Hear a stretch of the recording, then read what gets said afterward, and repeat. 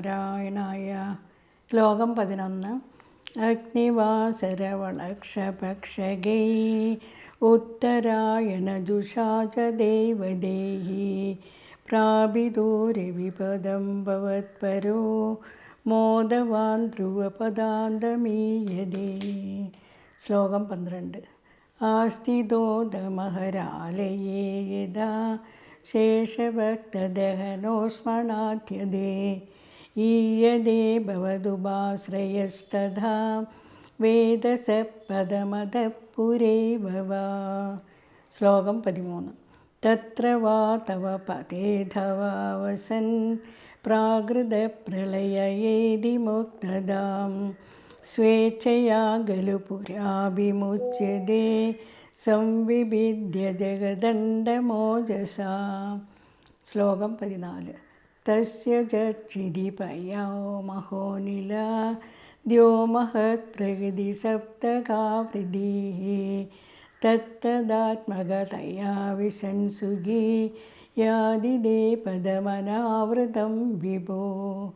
ശ്ലോകം 15.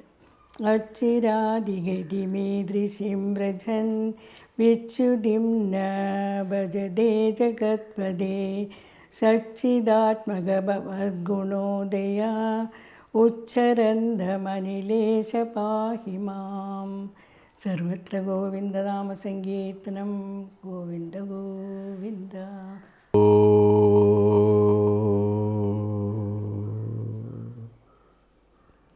നമസ്തേ.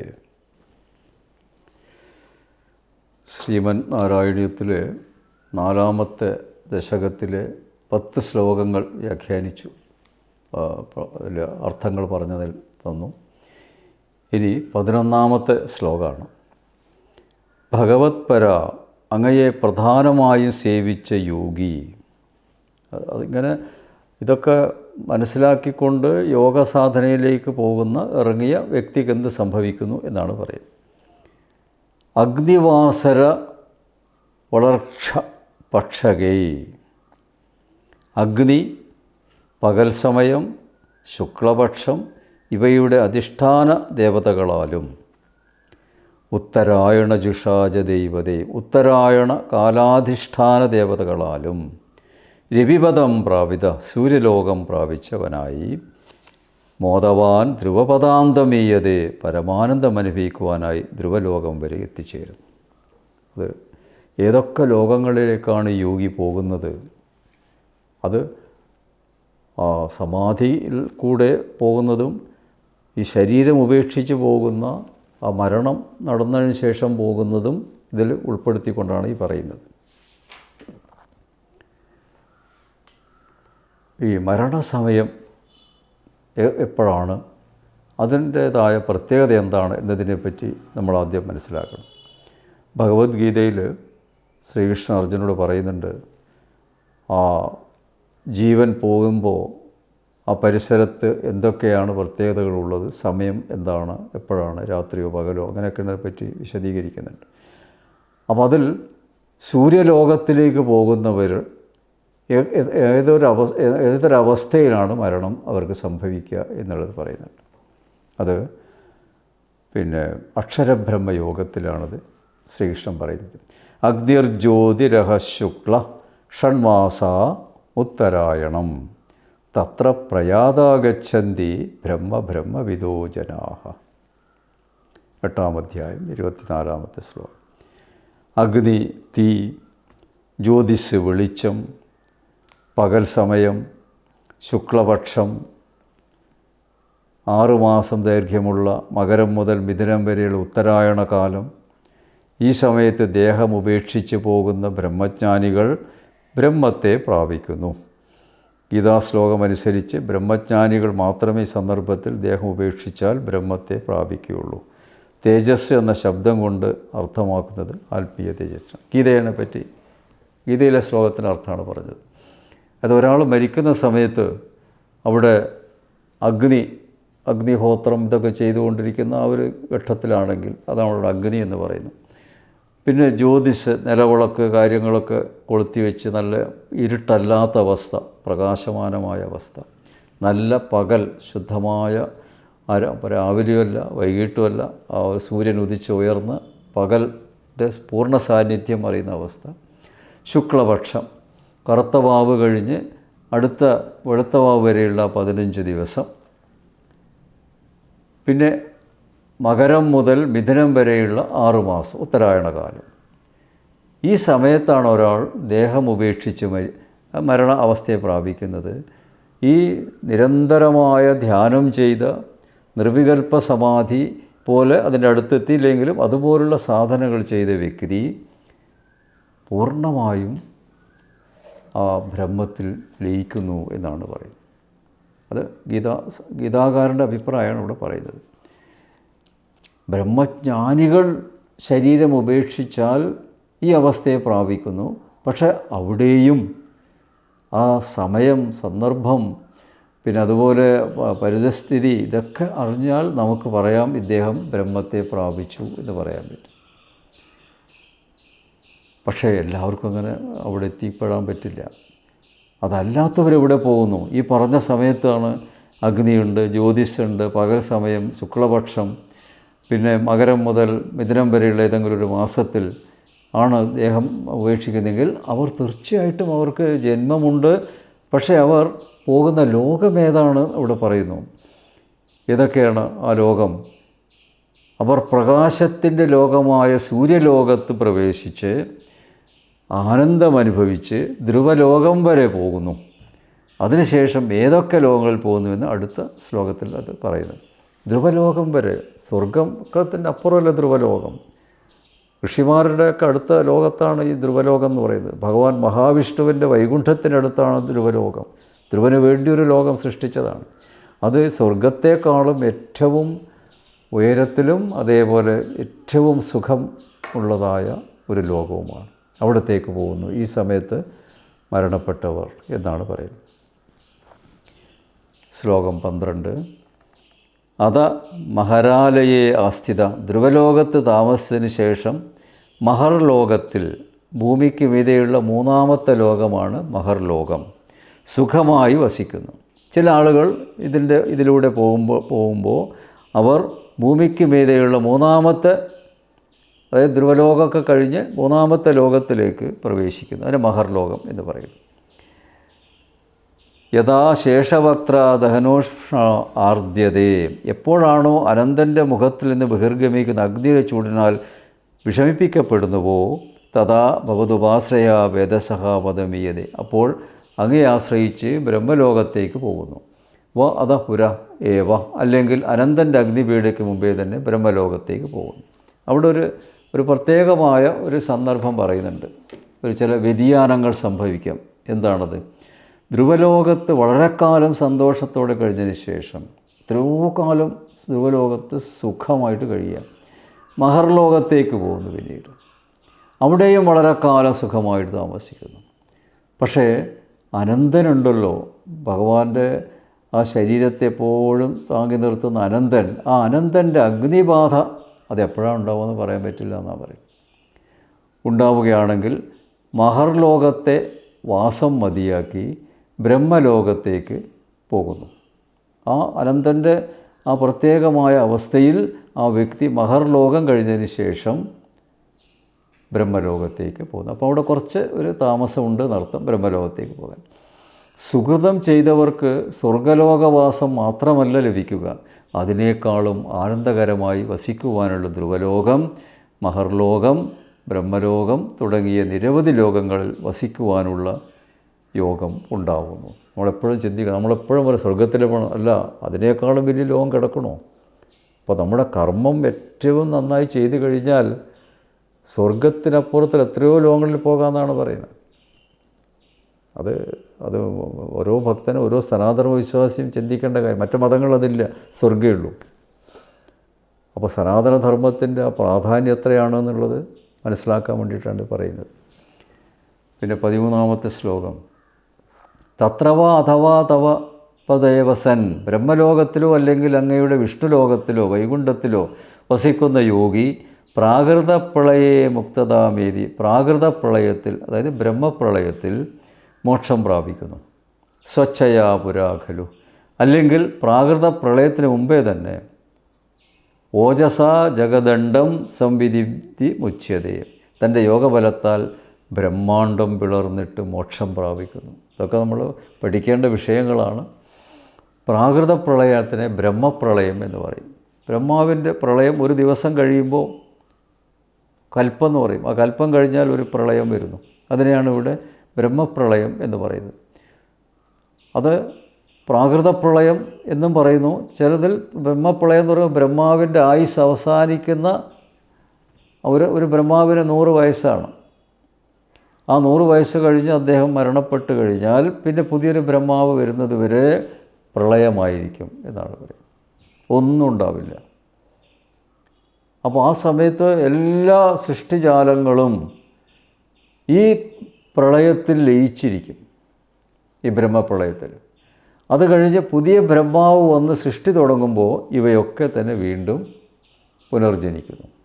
അത് പരബ്രഹ്മത്തിൽ ലയിച്ചാലേ പിന്നെ ഒരു ജന്മമില്ലാത്ത അവസ്ഥ വരുള്ളൂ.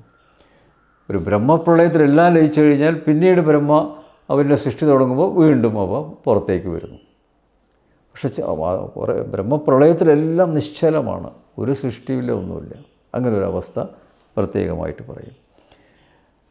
അതിന് ബ്രഹ്മാവിൻ്റെ ആയുഷ്കാലം 100 വർഷമാണ്. അദ്ദേഹത്തിൻ്റെ ഒരു ദിവസത്തെ കൽപ്പം എന്ന് പറയുന്നു.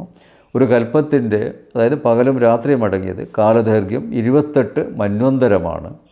71 ചതുരികമാണ് ഒരു മന്വന്തരം എന്ന് പറയുന്നത്. അങ്ങനെ നമ്മൾ കണക്കൂട്ടുക. അപ്പോൾ എത്രയോ ലക്ഷം വർഷങ്ങൾ കടന്നിട്ടാണ് ഇത്തരം സംഭവങ്ങൾ നടക്കുന്നത്. ഭഗവത് ഭക്തനായൊരു യോഗി മരണശേഷം ബ്രഹ്മലോകത്തിലോ വൈകുണ്ഠത്തിലോ വസിച്ചതിന് ശേഷം ബ്രഹ്മപ്രളയത്തിൽ മോക്ഷം പ്രാപിക്കുന്നു. ചില യോഗികൾ അവരുടെ ആ സാധനാബലം കൊണ്ട് ബ്രഹ്മപ്രളയത്തിന് മുമ്പ് തന്നെ ബ്രഹ്മാണ്ടം പിളർന്ന് മോക്ഷം പ്രാപിക്കുന്നു എന്നാണ് പറയുന്നത്. അത്ര ശക്തി നേടാൻ പറ്റുന്നതാണ് പറയുന്നത്. അതൊക്കെ ഭട്ടതിരിപ്പാട് പറയുമ്പോൾ നമുക്ക് അത്ഭുതം തോന്നും. ഇത്രയും വിശദമായിട്ട് ഋഷിമാർ ഇത്തരം കാര്യങ്ങൾ പറഞ്ഞ് തന്നിട്ടില്ല നമുക്ക്. പക്ഷേ ഭട്ടതിരിപ്പാടത് കൂടി നമുക്ക് നൽകിയിരിക്കുകയാണ്. ബ്രഹ്മാണ്ട ഭേദനം എങ്ങനെയാണ് അടുത്ത ശ്ലോകത്തിൽ പറയാൻ. ശ്ലോകം 14. വിഭോ തസ്യജ മഹാപ്രഭു, യോഗി ബ്രഹ്മാണ്ടത്തിൻ്റെ ക്ഷിതി പയോമഹോ അനില വ്യോമഹത് പ്രകൃതി സപ്തകാവ്യതി, ഭൂമി ജലം അഗ്നി വായു ആകാശം മഹത്തത്വം മായ എന്നീ 7 ആവരണങ്ങളെ തത്വതാത്മകതയാ വിശൻ സുഖി ഓരോന്നിൻ്റെ സ്വരൂപത്തിൽ സൂക്ഷ്മ ശരീരത്തോടെ പ്രവേശിച്ച് പരമാനന്ദത്തെ അനുഭൂതിപ്രദമാക്കി തവ അനാവൃതം പദം യാതി, അങ്ങയുടെ യാതൊരു ആവരണങ്ങളിലുമില്ലാത്ത ശുദ്ധ ബ്രഹ്മസ്വരൂപത്തെ പ്രാപിക്കുന്നു. ഇവിടെ ഓരോ ആവരണങ്ങളെപ്പറ്റി പറയണം. ഏതൊക്കെ? ഭൂമി, ജലം, അഗ്നി, വായു, ആകാശം, ഈ പഞ്ചഭൂതങ്ങൾ, പിന്നെ മഹത്തത്വം, മായ, ഇതൊക്കെ ഒരു ആവരണമാണ് പറയുന്നത്. പക്ഷേ യഥാർത്ഥത്തിൽ ഏറ്റവും കഠിനമായ ഈ സമാധിയിലെത്തിയ വ്യക്തി, ആ യോഗി, ഈ ആവരണങ്ങളെയൊക്കെ അതീതമായി ആ പരബ്രഹ്മത്തിലേക്ക്, ബ്രഹ്മസ്വരൂപത്തിലേക്ക് പോകുന്നു. സുഹൃതം ചെയ്ത ഭക്തന്മാർക്ക് ഐശ്വര്യമുള്ള എത്രയോ ലോകങ്ങളിൽ വളരെ കാലം താമസിക്കുവാൻ സാധിക്കുന്നു എന്നാണ് ഭട്ടതിരിപ്പാട് പറയുന്നത്. ഇവിടെ ഭട്ടതിരിപ്പാടിനൊരു ഉദ്ദേശമുണ്ട്. എല്ലാവരും ലോകം മാത്രമേ ഉള്ളൂ എന്ന് വിചാരിക്കുകയാണ്. അല്ല, അതിനേക്കാളും മെച്ചപ്പെട്ടതായ എത്രയോ നല്ല നല്ല ലോകങ്ങൾ. പക്ഷെ അവിടെയൊക്കെ പോകണമെങ്കിൽ സുഹൃതം ചെയ്തിരിക്കണം എന്നാണ്. അപ്പോൾ നമ്മുടെ ഹൈന്ദവ സമൂഹം സുഹൃതം ചെയ്തതുകൊണ്ട് അവർക്കൊരു നഷ്ടവും വരില്ല എന്നുള്ളതാണ്. കാരണം സ്വർഗം കിട്ടും എന്ന് പറഞ്ഞിട്ടാണ് നിൽക്കുന്നത്. പക്ഷേ സ്വർഗത്തെ പോയി അതിൻ്റെ ഫലം കഴിഞ്ഞാൽ പിന്നെ വീണ്ടും ജനിക്കേണ്ട ഒരവസ്ഥ വരും.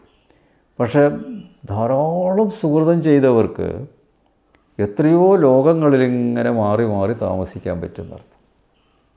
അപ്പോൾ അതുകൊണ്ട് ഗുരുവായൂരപ്പനെ സേവിച്ച് ഭക്തന്മാർക്ക് സൽക്കർമ്മങ്ങൾ മാത്രം ചെയ്ത് ജീവിച്ചാൽ പോരേ എന്നാണ് ചോദിക്കുന്നത്. ഇത്രയും ഗുണങ്ങളാണ് നമുക്ക് കിട്ടുന്നത് സുഹൃതം കൂടുതൽ ചെയ്താൽ. എല്ലാം പിശുക്കും ചിലവർ, അതൊക്കെ മതി കിട്ടും, അതൊക്കെ മതി. അല്ല, നന്നായി ചെയ്തോളൂ സുഹൃതം. സ്വർഗത്തിൽ പോകുന്ന കഴിഞ്ഞതിൻ്റെ അപ്പുറത്തുള്ള ലോകം കണ്ടിട്ട് വരാമല്ലോ. നഷ്ടമുണ്ടോ? അധികം സുഹൃതം ചെയ്തുകൊണ്ട് നഷ്ടം അനുഭവിക്കേണ്ടി വരില്ല, കഷ്ടം അനുഭവിക്കേണ്ടി വരില്ല. ഏറ്റവും നല്ല സുഖമാണ് ഉറപ്പ് നൽകുന്നത് എന്നർത്ഥം. ഇനി 15-ാമത്തെ ശ്ലോകം. ജഗത്പദേ ഈദൃശീം അർച്ചിരാദിഗതിയും പ്രജൻ.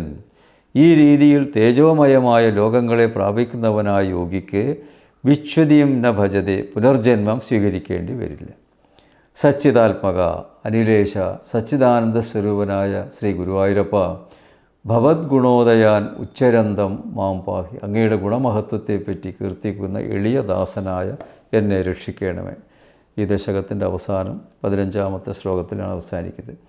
പുണ്യം ചെയ്യുന്ന ഗുരുവായൂരപ്പ ഭക്തന്മാർ മരണാനന്തരം നിരവധി പുണ്യലോകങ്ങളിൽ വസിച്ച് ഒടുവിൽ ബ്രഹ്മനിർവ്വാണത്തെ പ്രാപിക്കുന്നു.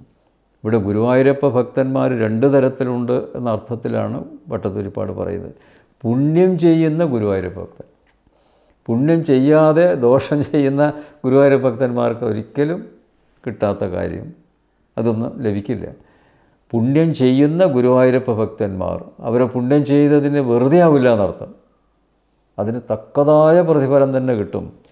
മരണാനന്തരം നിരവധി പുണ്യലോകങ്ങളിൽ വസിച്ച് ഒടുവിൽ ബ്രഹ്മനിർവ്വാണത്തെ പ്രാപിക്കും. എന്തൊരു സുഖമാണ്, ആലോചിച്ച് നോക്കും. ധാരാളം സുഹൃതം ചെയ്തിട്ട് പോയി കഴിഞ്ഞാൽ, ദിവസവും പുണ്യകർമ്മങ്ങൾ ചെയ്താൽ അവർ മരിച്ചു കഴിഞ്ഞാൽ സ്വർഗത്തിൽ കുറച്ചൊന്ന് ചുറ്റിക്കറങ്ങി പിന്നെ അതാ പോണു ഓരോ നല്ല നല്ല നല്ല നല്ല ലോകങ്ങളിലേക്ക്. അപ്പോൾ ഏതാ നമുക്ക് വേണ്ടത്? നരകം എന്നുള്ളത് അടുത്തുകൂടി പോവില്ല. എല്ലാവരും നല്ല കർമ്മങ്ങൾ ചെയ്യുന്നതല്ലേ ലാഭം, അത് ചിന്തിക്കണം. അതിനാണ് ഭട്ടതിരിപ്പാട് ഇത് വ്യക്തമായിട്ട് പറയുന്നത്. ബ്രഹ്മനിർവ്വാണത്തെ പ്രാപിക്കുന്നു. അവർ വീണ്ടും ഭൂമിയിൽ ജനിക്കേണ്ടി വരില്ല. നോക്കൂ, ഹൈന്ദവ വിശ്വാസപ്രകാരം പുണ്യാത്മാക്കൾക്കായി കാത്തിരിക്കുന്ന സ്വർഗലോകം മാത്രമല്ല, വൈകുണ്ഠലോകം, ബ്രഹ്മലോകം തുടങ്ങിയ സ്വർഗലോകത്തെക്കാളും മേന്മയുള്ള ലോകങ്ങളാണ്. അതുകൊണ്ട് പുണ്യകർമ്മങ്ങൾ ചെയ്യുവാൻ മനുഷ്യൻ പിശുക്ക് കാട്ടേണ്ട ആവശ്യമില്ല, നന്നായി ചെയ്തോളൂ. ബ്രഹ്മസൂത്രത്തിലെ 4-ാം അധ്യായത്തിലെ 4-ാം പാദത്തിലെ അവസാനത്തെ അധികരണമായ ജഗദ്വ്യാപരാധികരണം അവസാനിക്കുന്നത് ബ്രഹ്മസൂത്രത്തിൻ്റെ ആചാര്യൻ അതിനൊരു വ്യാഖ്യാനം, ലളിത വ്യാഖ്യാനം രചിച്ചിട്ടുണ്ട്. ആ ബുക്ക് വാങ്ങിയാൽ ഇതിൻ്റെ പറ്റി കൂടുതൽ വിശദമായിട്ട് അറിയാം. അനാവൃത്തി ശബ്ദാദനാവൃത്തി ശബ്ദാത്, അതാണ് അധികരണം എന്ന സൂത്രവാക്യമാണ്. ഇത് തന്നെയാണ് ബ്രഹ്മസൂത്രത്തിൻ്റെ ഉപസംഹാര സൂത്രവും. ഈ 4-ാമത്തെ ദശകം അവസാനിപ്പിക്കുമ്പോൾ ബ്രഹ്മസൂത്രത്തിൽ അവസാനത്തെ ഉപസംഹാര ശ്ലോകം, അധികരണം, സൂത്രം ഇവിടെ ഭട്ടതിരിപ്പാട് വ്യക്തമാക്കുന്നു. ബ്രഹ്മലോകപ്രാപ്തനായ മുക്തപുരുഷൻ ഒരിക്കലും ഭൂമിയിൽ വന്ന് ജനനമരണാവസ്ഥയെ വീണ്ടും സ്വീകരിക്കേണ്ടി വരുന്നില്ല. ശ്രുതിവാക്യങ്ങൾ ഈ വസ്തുത സുവ്യക്തമാക്കിയിട്ടുണ്ട്. അപ്പോൾ ഇതൊക്കെ നമ്മൾ മനസ്സിലാക്കി മറ്റുള്ളവർക്ക് പറഞ്ഞു കൊടുക്കണം. നാരായണീയം വായിക്കുന്നവർ നല്ല കാര്യമാണ് ചെയ്യുന്നത്, പക്ഷേ ഇത് പഠിച്ചു കഴിഞ്ഞാൽ അവർക്ക് എന്തൊക്കെ മറ്റുള്ളവർക്ക് ഉപദേശിച്ചു കൊടുക്കാൻ പറ്റും. ഇന്ന് നമ്മുടെ നാട്ടിൽ കാണുന്ന ഒരുതരം വളരെ വിഷമുണ്ടാക്കുന്ന കാര്യങ്ങളൊന്നും ഇങ്ങനെ ചെയ്യാൻ തോന്നുമോ? കാരണം നല്ല കർമ്മങ്ങൾ ചെയ്താൽ നല്ല ലോകത്തേക്കാണ്, മരണം നമുക്ക് പിന്നെ ഭയമില്ലാത്തൊരവസ്ഥയാവും. ഇത് കഴിഞ്ഞിട്ട് വേണം എനിക്ക് സ്വർഗത്തിൽ കഴിയാനൊക്കെ, ആ ചിന്ത വരും മനസ്സിലേക്ക്. അതല്ലേ അഭികാമ്യം. നാരായണം വായിച്ചിട്ട് നമുക്കതിൻ്റെ ഗുണം ലഭ്യമാകണ്ടേ? അതാണ് ഇവിടെ എടുത്തു പറഞ്ഞിരിക്കുന്നത് നമ്മുടെ മേൽപ്പത്തൂർ ഭട്ടതിരിപ്പാട്. ഏതായാലും ആ ദശകം 4 വളരെ ശ്രദ്ധേയമായൊരു ദശകമാണ്.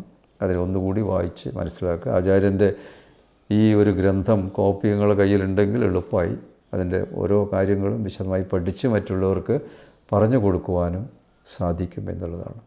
ഇനി നമുക്ക് അടുത്ത ക്ലാസ്സിൽ കാണാം. നമസ്തേ.